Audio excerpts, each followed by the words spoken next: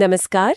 आज हम जियो financial services मतलब JFSL इस पर थोड़ी विस्तार से चर्चा कर रहे हैं। जी। हमारे पास कंपनी की बुनियाद, क्या चल रहा है आजकल और फाइनेंशियल स्थिति, इससे जुड़े कई स्रोत हैं। हाँ, तो मकसद यही है कि इन स्रोतों से खास बातें निकालें और समझें कि भारत के फाइनेंशियल सीन में JFSL क्या कर सकता है, क्या भूमिका हो सकती है इसकी। बिल्कुल। ये कंपनी रिलायंस इंडस्ट्री से अलग होकर बनी है और काफी उत्सुकता है इसको लेकर। सही।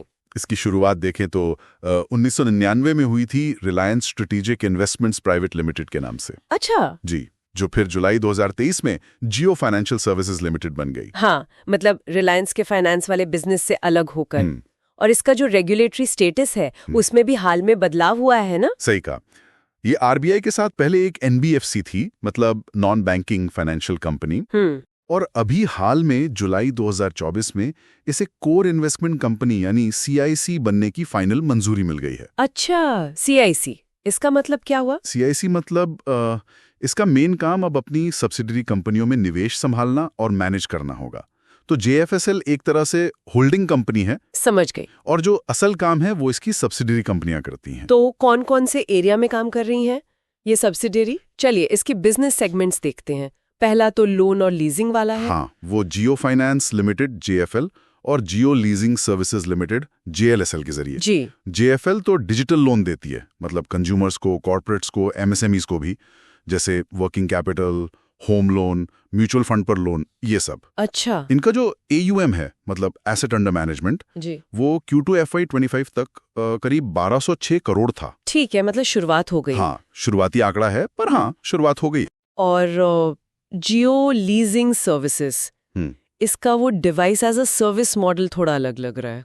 बिल्कुल, वो एक तरह से मतलब डिवाइस किराए पर देने जैसा है। इन्होंने जून 2024 से एयर फाइबर डिवाइस की लीजिंग शुरू की है। अरे वाह। और आगे सोलर पैनल, IT इक्विपमेंट, इनकी भी लीजिंग का प्लान है।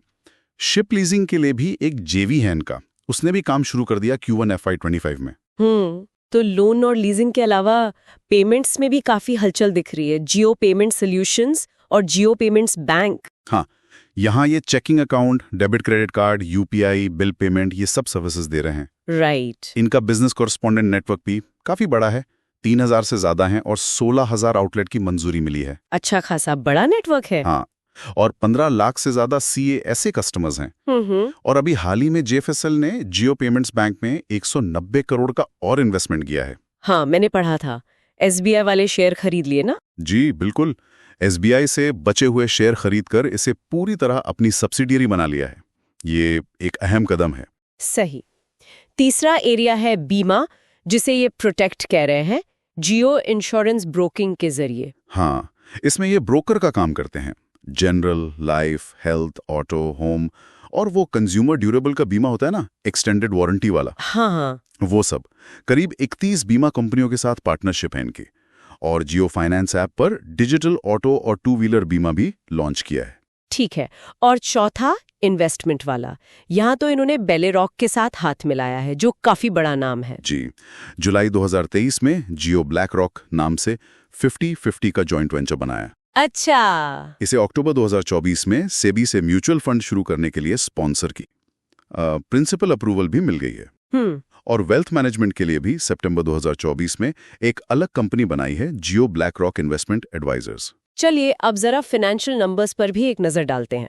मार्केट कैप तो काफी बड़ा है, करीब 2 लाख करोड़ के ऊपर है ना, 2,08,007 करोड़ जून 2025 तक। हाँ, मार्केट कैप तो तगड़ा है। शेयर का भाव भी 327 रुपए के आसपास था उस टाइम। और रेशियोज पी वगैरह कैसा है? हाँ, वहीं थोड़ी देखने वाली बात है। स्टॉक P 129 पर है। ओ, 129। हाँ, ये तो काफी ज्यादा है। हाँ, ये काफी हाई लगता है। बुक वैल्यू करीब 194 रुपए है। और जो रिटर्न रेशियो है, ROE और ROCE, वो फिलहाल 1.5% से भी कम है। ये रिटर्न रेशियो तो काफी कम है। तो क्या निवेशकों को चिंता करनी चाहिए? देखिए, ये अभी शुरुआती दौर के आंकड़े हैं। कंपनी अभी फैल रही है ना, निवेश कर रही है, तो शुरुआत में कम रिटर्न दिखना मतलब असामान्य नहीं है। अच्छा। अच्छी बात यह है कि कंपनी पर कर्ज लगभग है ही नहीं, बिल्कुल डेट फ्री है। हाँ, ये तो प्लस पॉइंट है। जी, और इनकी जो कमाई का मिक्स है H1 FY25 में, वो भी सिर्फ ब्याज से नहीं आ रहा, डिविडेंड से, फीस से, निवेश से, सबसे आ रहा है। और इनका वो जियो फाइनेंस ऐप भी अपडेट हुआ है। हाँ, अक्टूबर 2024 में नया वर्जन आया और ये माई जियो ऐप में भी इंटीग्रेट हो गया है। इसमें digital banking, UPI, bill payment, बीमा सलाह, लोन्स, काफी कुछ है। ठीक है। अच्छा, शेयर होल्डिंग पैटर्न में भी कुछ बदलाव देखे मार्च 2024 से मार्च 2025 के बीच। प्रमोटर्स की हिस्सेदारी तो वैसी ही है, करीब 47%। हाँ, वो स्थिर है।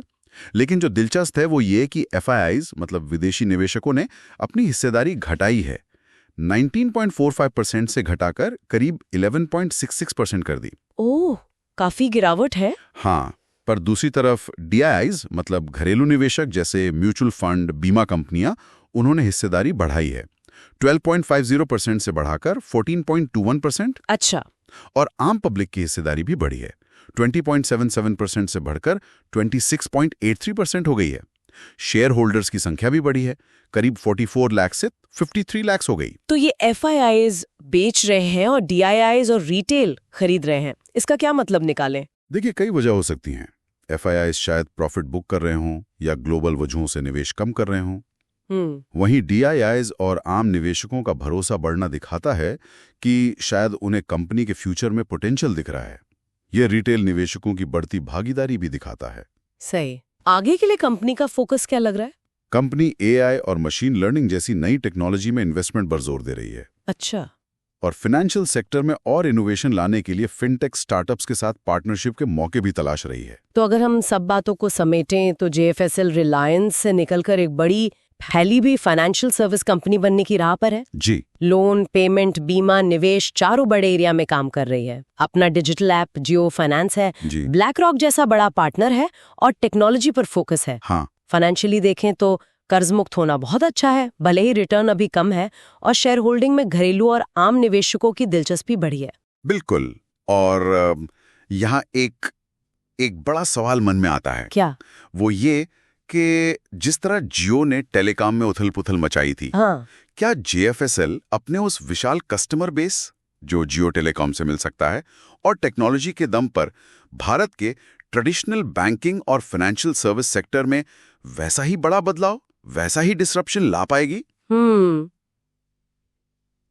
ये तो सोचने वाली बात है। हाँ, ये निश्चित रूप से आगे देखने वाली बात होगी।